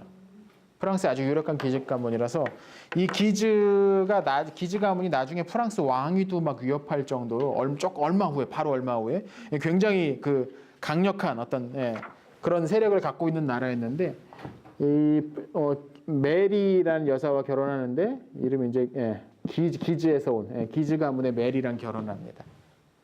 근데 제임스 5세가 죽었는데 아들을 못 낳고 죽은 거예요. 그래서 그 사이에 태어났던 딸 하나 메리 다 메리야. 메리 마리아. 그렇죠? 그래서 메리 이세 구분하기 위해서 메리 스튜어트라고 구분합니다. 왜냐하면 이 동네는 스튜어트 가문이었거든요. 스튜어트 가문의 메리라는 뜻은 메리 스튜어트라고 부르죠. 그래서 딸인 메리 스튜어트가 왕이 됩니다. 근데 왕이 될 때 갓난아이였어요. 그러니까 통치를 못하겠죠. 그래서 실제적으로 통치는 어머니였던 메리 드 기즈의 메리가 통치를 하고 이 딸은 결혼 상대를 찾아서 프랑스로 보냅니다. 엄마 고향이 프랑스니까. 그래서 프랑스의 왕자랑 결혼합니다. 프랑스와 2세랑. 아주 꼬맹이 때 둘이 결혼을 해요. 꼬맹이 때 결혼해가지고 소꿉장난 하듯이 둘이 이렇게 살아요. 그런데 얼마 안 가서 프랑스와 2세가 죽어요. 그럼 이제 메리가 거기 가가지고 메리 스튜어트가 프랑스에서 완전 찬밥 신세가 돼버린 거죠. 그래서 거기 찬밥 신세에 있다가 엄마가 이제 여기서 엄마가 오라고도 안 하네? 엄마 상당히 정치적이에요? 오면 이제 문제니까 자기는 통치하다가 엄마가 죽고 나니까 이제 메리가 이제 어쩔 수 없이 집으로 이제 오게 되죠. 그래가지고 돌아와서 메리 스튜어트가 이 스코틀랜드의 왕위에 오릅니다. 근데 이때 당시 스코틀랜드는 잉글랜드와 뭐 정략 결혼을 하기도 했지만 잉글랜드와는 어쨌든 관계가 안 좋은 상황이었어요. 근데 잉글랜드는 지금 영국 국교회라는 걸 지들끼리 만들어가지고 독립적인 세력을 갖고 있어요. 근데 스코틀랜드 자체는 힘이 약해요. 스코틀랜드 다 산지예요, 저기 위에가. 그래서 별로 경제적으로 이렇게 나올 게 없어요. 지금은 이제 북해 유전이 발견돼가지고 그 동네가 이제 독립하자고 자꾸 이제 나서고 있는데 당시엔 정말 뭐 농업 기반이니까 뭐 얻을 게 없는 거야, 산지에서. 그래서 힘도 약하고 하니까 저 잉글랜드를 어떻게 견제할 수 있을까 싶어가지고 프랑스랑 연계하자. 그래서 프랑스 손잡고서 잉글랜드 막 그 공격하고 막 위협했던 그런 시기였어요, 스코틀랜드가. 근데 프랑스는 가톨릭이잖아요. 그래서 스코틀랜드도 가톨릭 세력이 강했습니다. 왕실을 중심으로 해서. 그런데 이 시기쯤에 이제 뒤에 조금 더 자세하게 나올 텐데 지금 뭐 먼저 나왔으니까 이 시기에 여기가 바뀌어요. 스코틀랜드의 종교가 바뀌어요. 여기에 녹스가 등장하는 거죠. 존 녹스가 등장하는 거죠. 녹스가 장로교의 사상을 전격적으로 가져와서 저게 쫙 퍼뜨린 거예요. 물론 녹스 혼자 퍼뜨린 건 아닌데 종교개혁 사상 중에 특별히 장로교 정치 거기를 쫙 퍼뜨린 거예요. 그러니까 왕은 너무 프랑스에서 엄마도 프랑스인이고 프랑스에 살다 와가지고 가톨릭에 아주 익숙한 메리가 왕으로 왔는데 백성들은 귀족들이나 상당한 사람들이 다 장로교 정치, 종교개혁상을 받아들이니까 양쪽에 충돌이 일어나죠. 이거 꼭 피에 메리랑 비슷한 상황인 거예요. 예. 밑에 있는 사람들은 이제 영국 국교도인데 메리만 혼자 가톨릭이니까 지금 꼭 그 메리가 이름부터 그죠? 마리아잖아요. 예. 그래서 메리가 결국 거기 못 있고 반란이 일어나가지고 결국 못 있고 남쪽으로 내려옵니다. 남쪽에 뭐가 있는데요? 잉글랜드가 있습니다. 그럼 이때 당시 남쪽은 뭐냐? 헨리 8세 일어나서 일단 에드워드가 다스리고 그 다음에 메리가 다스리고 이때는 엘리자베스가 다스리고 있었어요. 그래서 메리가 남쪽으로 내려와서 엘리자베스한테 나 좀 도와줘. 나 여기서 못 살겠네. 여기서 내려옵니다. 둘은 무슨 관계입니까? 1촌, 2촌, 3촌, 4촌, 5촌 관계네요. 그죠? 5촌 친척이잖아요. 넘어왔어요. 메리 스튜어트가 이쪽으로 넘어왔어요. 근데 엘리자베스가 메리를 환영해 줄 줄 알았는데 엘리자베스는 죽을 때까지 메리 얼굴을 안 봤대요. 왜냐하면 왕위 계승 서열권자이기도 했어요. 메리 스튜어트가. 뿐만 아니라 어머니 쪽, 외가 쪽으로 해서 받기도 했는데 친가 쪽으로 따지고 올라가면 연결이 되나 봐요. 그러니까 자기의 어떤 왕위 계승에 위협이 될 만한 왕위 계승권을 갖고 있는, 주장할 수 있는 사람이 들어와 버린 거예요. 그러니까 혹시나 이제 자기의 반대하는 신하들이 저쪽에 달라붙어가지고 뭔가 문제를 일으킬지 모르니까 엘리자베스가 저 메리를 그냥 탑에 가둬버립니다. 그래서 거기서 죽을 때까지 있다가 나중에 처형돼 죽거든요. 물론 갇혀 있는 동안에 뭐 죄수처럼 산 건 아니고 제가 알기로 무슨 시녀도 붙여주고 이제 하긴 했대요. 그런데 얼굴을 한 번도 안 보고 그냥 못 나오게 완전 고립시켜 버린 거예요. 관계 사람들 아무도 가까이 못 가게. 엘리자베스는 매우 정치적인 인물이었어요. 확실히 정치적인 선택인 거죠. 요 얘기가 이제 뒤에 좀 더 나오니까 그때 다시 얘기해 볼 거예요. 자, 엘리자베스가 그렇게 이제 39개 조문을 통과시켜서 영국 국교회의 아주 독립적인 성향을 천명을 합니다. 이게 상당히 이제 중요한 부분이고 이거 문제 내기도 참 좋을 것 같아요. 자, 한편 영국에서 이제 종교 문제가 이렇게 이제 벌어지고 있어, 종교개혁이 이렇게 벌어지고 있었는데 여기까지만 들으면 영국 종교개혁은 그 왕이 이혼하려고 한 거구만 이라고만 생각할 수는 있는데 꼭 그런 것만은 아니라는 거예요. 아까 틴들 사례에서도 알 수 있지만 왕과는 별개로 이미 그 백성들 사이에서는 종교개혁 사상을 깊이 받아들이려고 하고 성경에 대한 새로운 이해를 갖고자 하는 사람들이 많이 있었어요. 이미 백성들 가운데. 또 왕이 종교개혁을 이렇게 로마 교황청과의 관계를 단절시키기로 할 때에도 옆에서 조언을 해주는 사람이 있었을 거 아니에요. 그래도 교황 말을 들어야 됩니다라고 했던 사람들이 많았다면 왕이 지 혼자 할 수 있었겠냐는 거죠. 이때 토마스 크랜머 같은 개혁적인 성향을 가진 사람들이 왕 옆에도 이미 있었다는, 그러니까 일반 백성들뿐만 아니라 고위 귀족들, 관리들 가운데서도 종교개혁 사상에 깊이 받아들인 사람이 이미 있었다는 거죠. 그러니까 어느 정도 그것을 인정하지 않고 그냥 왕이 이혼하고 싶어가지고 종교개혁했다, 뭐 교황청과 관계 분리했다, 그래서 영국 국교회가 시작됐다라고만 보면 이건 반의 반쪽짜리 이해도 못 되는 거죠. 그러니까 그런 이유들이 이제 더 많은 분위기들이 좀 있었다는 거죠. 이 당시에도 민중들은 당시 그 교회, 로마 가톨릭 교회를 대단히 불만족스럽게 생각을 했었어요. 왜냐면 그 사람들이 하는 거 맨날 보니까 뭐 탐욕스럽고 막 사리사욕만 챙기고 제대로 목회나 뭐 교회다운 모습을 전혀 보여주지 않고 있으니까 많이 있었던 거죠. 근데 그런 차원에서 로마 교황과의 관계를 단절하고 독립적인 교회, 뭔가 개혁적인 모습을 보이니까 처음엔 이 사람들도 거기에 이제 찬성을 했어요. 근데 시간이 가면서 가만히 보니까 이 개혁이 가다가 많은 것 같은 느낌이 드는 거예요. 여전히 그 가톨릭의 모습들 그대로 다 있고 왕이 막 이것저것 다 개입해서 뭐 정하려고 하고 막 그러는 거죠. 그러니까 이게 불만족스럽게 느껴졌어요. 이게 개혁이냐? 그래서 뭐라고 하는 얘기면 교황 없는 가톨릭 교회다. 영국 국교회는 그렇게 이제 불만을 터뜨린 사람들이 있었어요. 그래서 이 사람들이 나와서 우리는 더 제대로 된 개혁을 요구한다라고 나왔는데 이 사람들을 가리켜 뭐라고 부르냐면 퓨리턴. 청교도라고 부릅니다. 우리는 더 순수한 신학을 원한다. 순수한 신앙을 원한다. 퓨리티, 퓨리턴. 거기서 나온 말이죠. 청교도라고 이걸 일본에서 번역을 했는데 이게 그냥 우리는 그 이제 말만 이제 번역을 했는데 이게 청교도. 뭔가 파란색이었을 것 같고 막 그런 느낌 들잖아요. 자, 엘리자베스 1세가 죽고 나서 그 다음에 이제 재밌어집니다. 아까 설명하다 말았는데. 메리 스튜어트가 잉글랜드로 쫓겨난 다음에 도망쳐 나온 다음에 그 다음에 스코틀랜드의 왕이 누가 되냐면 제임스 6세가 왕에 오릅니다. 메리 스튜어트 아들이에요. 재밌는 건 제임스 6세인데 제임스 6세는 엄마가 내려가 있는데 그냥 왕해요.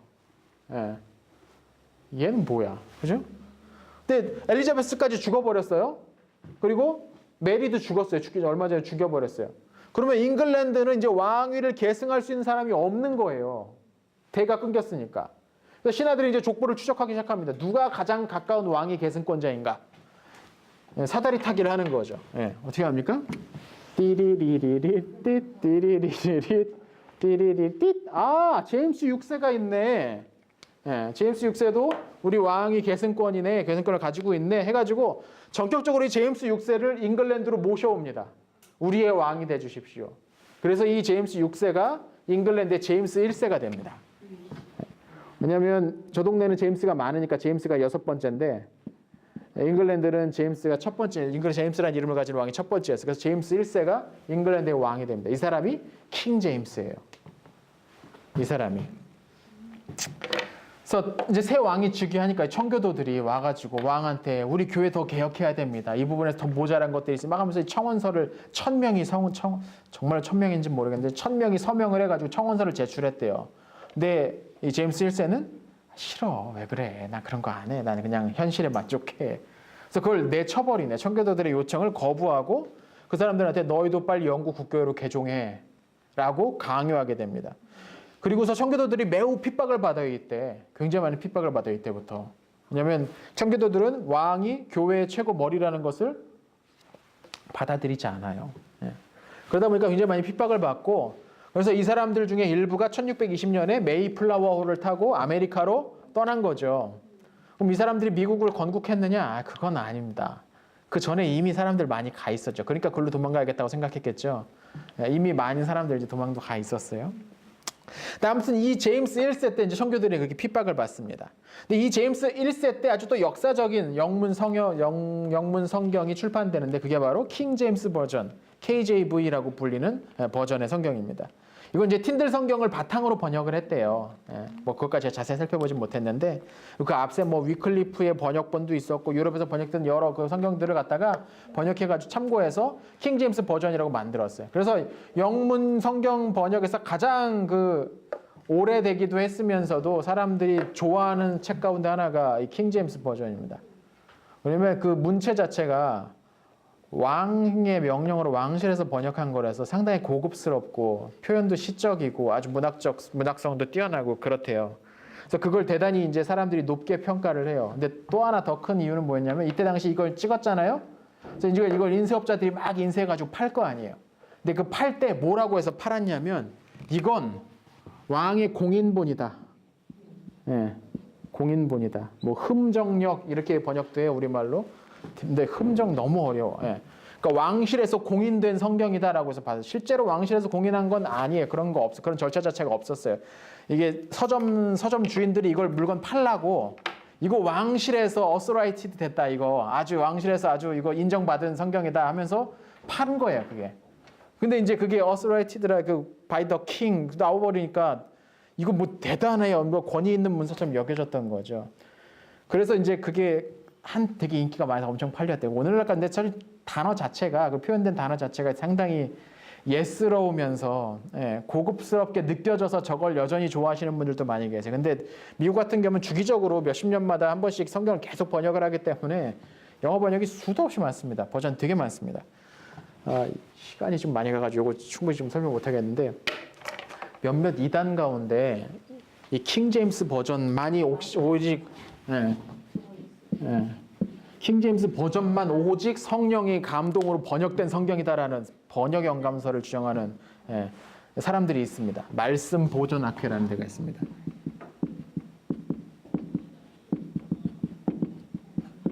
네, 이송호라는 사람이 주장했어요. 빨간색으로 썼다. 자, 이승호라는 사람이 저거 만들었어요. 킹 제임스 버전만 하나님의 성령에 영감된 성경이고 나머지는 사탄이 개입해가지고 성경 번역할 때 망가뜨린 성경이다라고 주장하는 사람들입니다. 우리나라에 있는 거겠죠? 아닙니다. 외국에도 있습니다. 미국에도 있습니다. 근데 그걸 이제 우리나라에 수입을 한 거예요. 문제는 우리나라 교인들이 그렇다고 영문 킹 제임스 버전을 읽을 수가 없으니까 한글로 저걸 또 번역해야 될까? 번역을 또 번역을 한 거예요. 번역을 번역한 거예요. 그래서 자기들이 번역해가지고 자기들이 번역한 한글 킹 제임스 버전만이 오직 성령의 영감을 받은 진짜 성경이라고 주장한 사람들이 있습니다. 헛소리입니다. 전혀 듣지 마시고 그 말도 안 되는 얘기니까 무시해 버리시면 되겠습니다. 근데 여튼 킹제임스 버전 보시면은 막 요새 이제 뉴 킹제임스 버전이라고 세 번역도 나왔는데 옛날 거 보면 뒤에 꼭 뭐 th 붙어 있고 막 그래서 단어마다 다 붙어 있습니다. 옛날 영어 단어 붙어 있듯이 you도 없어요. you도 아니고 die 뭐 이런 거 쓰죠. 그러니까 근데 제가 필리핀에 있을 때 보니까 찬양 같은 거 부를 때 하나님 가르쳐서 you라고 안 부르던데 여기 die 쓰고 막 다 그러더라고. 이게 옛날 단어를 쓰면 조금 높임의 어떤 그런 느낌이 있나 봐요. 그렇게 이제 쓰더라고요. 자. 시간이 많이 갔는데 스코틀랜드 가겠는데 자, 스코틀랜드 종교개혁 빨리 한번 들어가 보겠습니다. 자, 아까도 말씀드렸지만 스코틀랜드는 잉글랜드를 견제하기 위해서 프랑스랑 많이 가까워지는 경향이 보였어요. 그런데 독일에서 이제 일어났던 종교개혁 사상이 일로도 들어오는 거죠. 근데 이 스코틀랜드는 어떤 강력한 가톨릭 전통이 좀 약했기 때문에 그런 사상이 쉽게 들어오고 사람들 사이에 쉽게 많이 퍼지게 되는 겁니다. 처음에는 스코틀랜드 의회가 종교개혁 사상을 핍박하기 위해서 이걸 금지하는 법률을 통과시켜요. 1526년 같을 때 통과시킵니다. 그러나 시간이 지나면 지날수록 종교개혁 사상이 점점 더 깊이 들어오는 거죠. 1528년에 패트릭 해밀턴이라는 사람이 복음적인 설교, 그러니까 종교개혁 사상에 입각한 설교를 했다고 해서 화형을 당해요. 근데 그러자 이게 수그라들 줄 알았는데 원래 그렇습니다. 이 종교개혁 뭐 이런 것들은 핍박하면 핍박할수록 더 강력하게 반발하죠. 그래서 그 대표적인 인물이 존 녹스입니다. 이 사람이 조지 위샤트라는 사람이 순회 설교자인데 이 사람을 따라다니다가 그 사상에 깊이 감동을 받아. 원래 신부였어요. 신부인데 그 사람은 이 말이 맞구나 깊이 깨닫습니다. 근데 이 존 녹스가 등치도 좋고 목소리도 아주 우렁차고 그랬대요. 이 사람 쫓아다니면서 보디가드처럼 막 돌아다니면서 같이 막 쫓아다니고 그랬다는 거죠. 근데 위샤트가 결국 처형됩니다. 그러고 나니까 이제 그의 뒤를 이어서 이 스코틀랜드 내 종교개혁 그 무리들을 이끄는 사람이 돼요. 그래서 1546년에 그가 죽고 나서 세인트 앤드류 성이라는 곳을 통해서 세인트 앤드류가 어디냐면 요쯤입니다. 이 바닷가 쪽입니다. 바닷가 쪽에 저기가 골프의 성지래요. 그렇게 골프장이 좋대요, 저기가.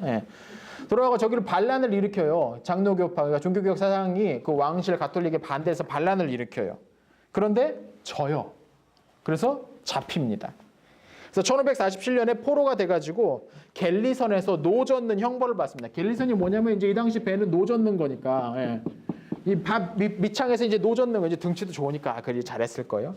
그래서 몇 년을 그렇게 노를 젓다가 1549년 잉글랜드 에드워드 6세가 중재를 해요.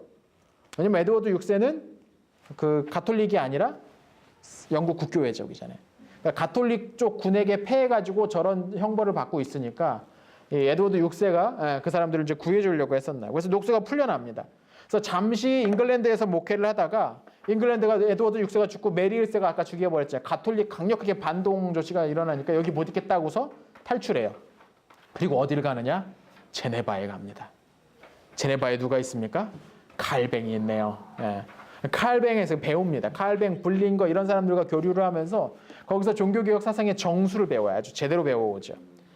거기 이제 망명하고 있는 동안 이 사람은 스코틀랜드 사람이니까 스코틀랜드 상황에 이제 관심이 많을 거 아니에요. 그래서 사람도 보내고 편지도 보내고 오고 가면서 그 동네에 있는 상황을 잘 이제 듣고 있는 거예요. 근데 그때 기지의 메리가 아주 강력한 가톨릭 입각한 정책을 피고 있으니까 그것을 막 비판하는 편지들을 보내고 거기 있는 사람들을 막 선동도 하고 격려도 하고 막 그러는 거예요. 그러니까 당연히 막 싫어했겠죠. 그 스코틀랜드 왕실에서는 싫어했겠죠. 그런데 기지의 메리가 이제 힘이 약해지고 나서 뭐 메리 스튜어트가 죽여야 되니까 의회가 이 사람을 돌아오라고 요청을 합니다. 그래서 녹스가 스코틀랜드에 돌아가요. 돌아가니까 이 우리나라가 프랑스랑 너무 가까이 하다가 프랑스한테 먹혀버릴지 모른다라고 이제 사람들을 설득하기 시작을 합니다. 실제로 그럴 수 있을 것 같은 느낌이 드니까 왜냐면 왕실이 거의 뭐 그쪽에 종속돼 있다시피 하니까 기지의 메리도 그렇고 메리 스튜어트도 프랑스에서 거의 사실상 유년 시절부터 시간 다 보내고 돌아와서 프랑스 말에 더 익숙해요. 왜냐면 워낙에 어렸을 때 그쪽 갔다 보니까. 그러니까 이게 막 그런 말이 사람들에게 이제 들을 만한 거죠. 그래서 우리나라가 이 스코틀랜드가 프랑스의 완전 손에 들어가기 전에 우리를 구해야 됩니다 하면서 잉글랜드 쪽에 사람을 보내는 거예요. 이 당시 잉글랜드 쪽에 사람을 이 당시 이제 잉글랜드는 엘리자베스가 통치하던 시기였고 엘리자베스가 군대를 보내줍니다. 그래서 싸워요. 그래서 기지의 메리가 사망을 합니다. 그리고 에든버러 조약이라는 게 체결돼요. 1560년에. 이거는 뭐냐면 프랑스와의 동맹, 관계를 끊으라는 거예요. 스코틀랜드는 프랑스와의 관계를 끊어버리려는 거죠. 뿐만 아니라 영토 내에서 가톨릭 미사까지 금지시켜버립니다. 그러니까 잉글랜드의 힘을 얻어가지고 스코틀랜드 안에 있는 가톨릭 세력의 힘을 꺾어놨던 거죠. 그리고 이제 얼마 후 이제 메리 스튜어트가 이제 돌아옵니다. 스코틀랜드 왕이 올렸는데 아까도 말씀드렸지만 어린 시절부터 프랑스에 살았고 가톨릭 어머니 가톨릭의 영향도 많이 받았고 해서 가톨릭 상을 막 갖고 있으니까 이미 이제 장로파로 돌아선 사람 귀족들과 다툼이 심해지는 거예요. 그래서 반란이 계속 일어나고 몇 차례 이제 싸움 끝에 결국 이 메리 스튜어트는 엘리자베스에게 귀환을 하죠. 그런데 아까 말씀드린 것처럼 가자마자 갇혀가지고 평생 거기 있다가 나중에 18년 동안이나 갇혀있어 성에 18년 동안 갇혀있다가 말년에 이제 반역죄를 이유로 처형까지 돼버리고 맙니다. 그리고 나서 스코틀랜드의 왕위는 이제 내려간 다음에 메리가 내려간 다음에 왕위는 제임스 6세가 갖게 되고요. 근데 이 제임스 6세가 잉글랜드로 가면서 스코틀랜드에 신경을 덜 썼어요. 그럴 만도 한 게 스코틀랜드는 깡촌이고 스코틀랜드 분위기가 맨 늪지대 뭐 그런 느낌이에요. 이게 산지 많고 우울하고 안개 너무 많이 끼고 막 그런 느낌인데 조금 내려가니까 그나마 여기에 비해서 잉글랜드 이 동네 런던이 뭐 이 동네 보니까 완전 성들 너무 멋있고 막 사람들도 화려하고 완전 이쪽으로 마음이 뺏겨버린 거죠. 그래서 스코틀랜드는 그냥 대충 다스리고 잉글랜드에 집중을 하네 얘가. 그러다 보니까 스코틀랜드는 귀족들 중심으로 해서 그 장로교가 널리 퍼질 수 있는 그런 분위기가 조성이 됩니다. 그런데 스코틀랜드도 어찌 됐든지 간에 제임스 1세의 영토긴 하잖아요. 제임스 1세는 잉글랜드 넘어오면서 자기는 국교회의 왕으로 살기로 했으니까 장로교와 영국 국교회는 또 성격이 달라요.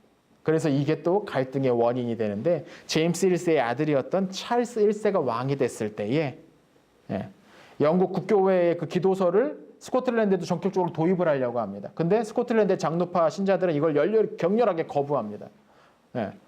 우리는 영국 국교회랑 다르다. 우리가 믿고 싶은 것들은. 그러면서 막 싸우죠. 그때 우리는 저거 받아들이지 않겠다라고 같이 뭉쳤던 사람들을 가리켜서 언약파라고 불러요. 스코틀랜드 언약파는 뒤에 다시 한번 스코틀랜드 좀 더 개혁 전쟁이 나올 때 그때 다시 한번 설명을 드리도록 하겠습니다. 자, 오늘은 여기까지 하도록 하겠습니다. 수고하셨습니다.